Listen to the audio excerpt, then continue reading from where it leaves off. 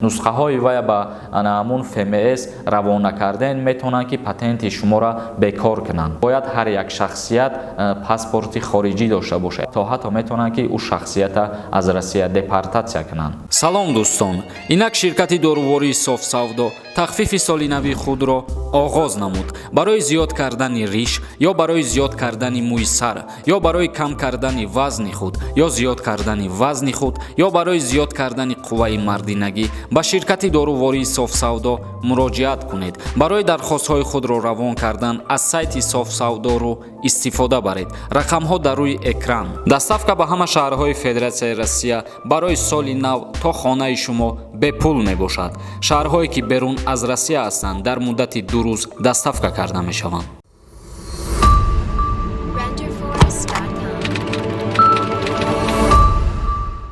ассалому алайкум ба ҳама тамошобинони барномаҳои Сорбон Сафаров канали Юристиҷей.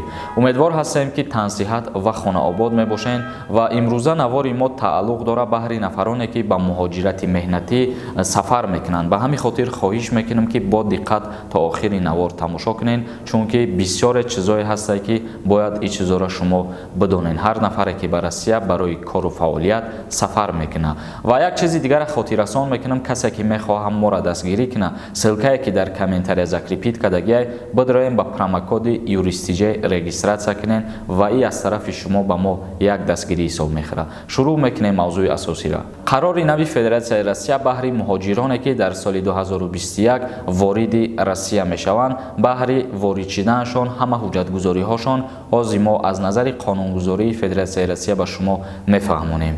Барои кори қонунии шаҳрвандони хориҷӣ дар Русия кадом амалҳо заруранд ва барои кори шаҳрвандони хориҷӣ дар соли 2021 кадом ҳуҷҷатҳо лозиманд? Ҳозир ба шумо мо мефаҳмонем. Аввалан як чизи осоне ки ира ҳама нафаро медонанд, пеш аз сафар кардан ба як кишвар бояд ҳар як шахсият паспорти хориҷӣ дошта бошад, яъне ки загранпаспорт дошта бошад, ки дар вақти убур кардани сарҳад ин ҳуҷҷат аз ҳамаи мо шумо талаб карда мешавад. Дар ҳолате ки шумо ба кишвари Россия ворид мешавед, ба шумо корти муҳоҷиратӣ дода мешавад, яъне ки мигратсиони карта метиҳанд ва ӯра ҳар як нафар худаш пир мекунад ва дар ҳолати пир кардан агар ҳадафи шумо кор ва фаъолият кардан дар Россия боша, шумо интихоб мекунед работара, яъне ки кор ва фаъолият кардана интихоб мекунед. Ва агар шумо дар мигратсиони карта дигар чи пир кунед ва брен ба дигар кор машғул бишед, дар ин ҳолат дастгиртон кунанд, ба ҷавобгарии маъмурӣ кашида мешаванд. Агар шахсиятҳое ки тавассути ҳавопаймо ба Федератсияи Россия сафар мекунанд,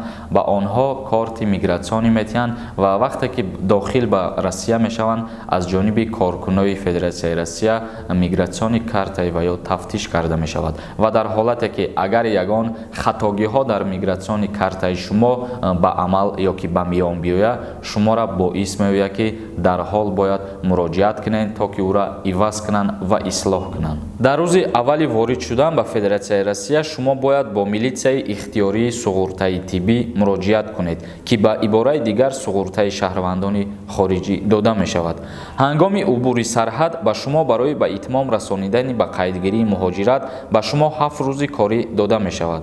Барои Тоҷикистон 15 рӯзи тақвимӣ, онро сабти 3 моҳа ё муваққатӣ низ меноманд. Ва як чизи дигара хотиррасон мекунем ки зарур аст ки ба қайдгирии муҳоҷирати меҳнатӣ дар ҷои истиқомати шумо ё ки дар ҷои кору фаъолият кардаи шумо бояд ба қайд гирифта шавад ва ҳуҷҷати ба қайдгирии муҳоҷиратии шумо метавонад ки бекор карда шавад. Ва дар ҳоле ки ҳуҷҷати ба қайдгирии муҳоҷирати меҳнатӣ бекор шуд ва шумо хабардор набошед, дар ин ҳолат агар ки ФМС шуморо дастгир кунад, метавонад ки монеа шавад барои гаштугузор кардани шумо дар дохили кишвари Россия. Ва агар дар ин ҳолат ҳам ки бекор шавад, то ҳатто метавонанд ки ӯ шахсията аз Россия депортатсия кунанд. ғайр аз ин чизҳое ки мо номбар кардем, ҳар шахсияте ки мехоҳад кору фаъолият дар Россия кунад, бояд барои ин ҳуҷҷати патенти худша туғрӣ бикунад. бе ҳуҷҷати патент кор ва фаъолият кардан дар Федератсияи Россия қатъиян манъ мебошад. инак тахфифи соли нави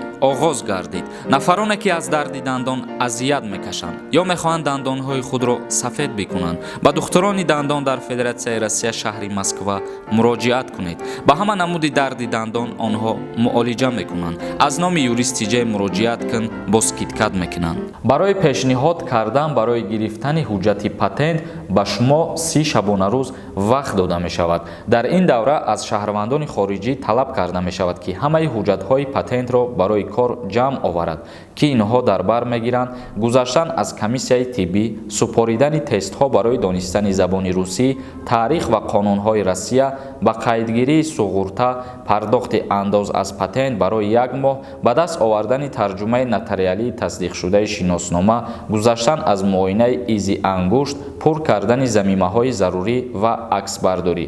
ҳамин ҳуҷҷатҳое ки мо номбар кардем дар ҳолате ки шумо муроҷиат мекунед ки патенти худтона бигирен ва 30 шабонарӯз ба шумо муҳлат метиҳанд ки ҳамин ҳуҷҷатҳои номбар кардаи моро дарёфт кунед ва пешниҳод кунед то ки шумо соҳиби патент бигардед. ва баъдан танҳо пас аз гирифтани патент барои кор дар дасти шаҳрванди хориҷӣ имконият пайдо мешавад ки расман аз рӯи ихтисос ва минтақаи дар патент нишон додашуда ба кор шурӯъ кунад. яъне пас аз ӯе ки шумо патентона мегиред баъдан ҳақ ва ҳуқуқ доред ки дар ягон ҷо кору фаъолият кунед. ва боз як чизи дигар ки патентона аз ҳар кадом шаҳре ки шумо гирифтед танҳо дар ҳамун шаҳр метавонед кору фаъолият кунед. ва хотиррасон мекунем бародарони азиз ки чизҳое ки мо гуфтаистем баъзеҳош агар ба ҳамин тамошобино навгонӣ ба чашмаш бутова и сар карда аз соли 2021 ба назар гирифта мешавад. лекин ин чизҳое ки мо гуфтаистем аллакай бисёриҳо хабардор ҳастанд аз ин чизҳо. ҳамин тавр патент гирифта мешавад ва шумо акнун 2 моҳ вақт доред ки корфармоеро пайдо кунед. кори расмии шаҳрванди хориҷиро бо ин корфармо бо шартномаи меҳнатӣ дастгирӣ кунед ва нусхаҳои онро ба шуъбаҳои ФМС равона созед. агар ин гуфтаҳои моро ки накунед патенти шумо бекор карда мешавад. яъне шумо ҳамун 1 моҳ даводав мекунед, ҳуҷҷатгузорӣ мекунед, ҳамин гуфтаҳои моро накарден, мисол ба ягон корфармо шартномаи меҳнатӣ набастен, нусхаҳои вай ба ҳамун ФМС равона карден метавонанд ки патенти шуморо бекор кунанд. ва боз дар навбати худ корфармо бояд ба ФМС дар бораи бастани шартномаи меҳнатӣ ба шумо огоҳинома равона созад ва бо ин мақомотро дар бораи шуғли шаҳрвандони хориҷӣ огоҳ созад. яъне ки ҳар корфармое ки бо шумо шартнома мебанда вай уҳдадор аст ки ба ФМС ҳуҷҷатҳои шуморо равона кунад то ки ҳамихели шахсият дар ҳамихели фирма ё ки дар ягон ширкат кор ва фаъолият мекунад. бародарони азиз, ҳамин буд як камтарак хабар дар бораи ворид шудан ба Федератсияи Россия ва чӣ хел ҳуҷҷатгузорӣ кардан, чанд қадар муҳлат метиҳанд барои гирифтани патент, ҳамаша мо ба шумо фаҳмондем ва дар охир як чизи дигара ба шумо хотиррасон мекунем. ва ногуфта намона ки ин чизҳо сар карда аз соли 2021 аллакай амалгузорӣ мешавад. ва баъдан боз хабари дигари ҳамие ки аз рӯзи 15 декабр президенти Федератсияи Россия таҳти рақами 791 аз 15 декабри соли 2020 дар бораи то 15 июни соли 2021 тамдид кардани чораҳои муваққатӣ оид ба ҳалли вазъи ҳуқуқии шаҳрвандони хориҷӣ дар Русия дар робита бо таҳдиди паҳншавии беморӣ ба имзо расонид. тибқи фармон то 15 июни соли 2021 шаҳрвандони хориҷие ки ба Федератсияи Россия ба тариқи бидуни раводид омаданд метавонанд бидуни назардошти талабот барои муҳлати пешниҳоди ҳуҷҷатҳо барои ба қайдгирии он ба мақсади изҳори ташрифи патенти барои кор муроҷиат ва тамдиди патент муроҷиат кунанд ва рафтан аз Федератсияи Россияро. инчунин то 15 июни соли 2021 ба шаҳрвандони хориҷӣ лозим нест ки ҳуҷҷатҳои истиқоматии муваққатӣ дар қаламрави Федератсияи Русия муҳлати сабти ном дар ҷои корбудаашонро барқарор кунанд. яъне ки аз ҳамин чизҳое ки номбар кардем озод шудагӣ ҳастанд ва умедвор ҳастем ки аз фаҳмондагиҳои мо каме ҳам боша бохабар шудем ва то чени фаҳмиши худмон мо ба шумо фаҳмондем.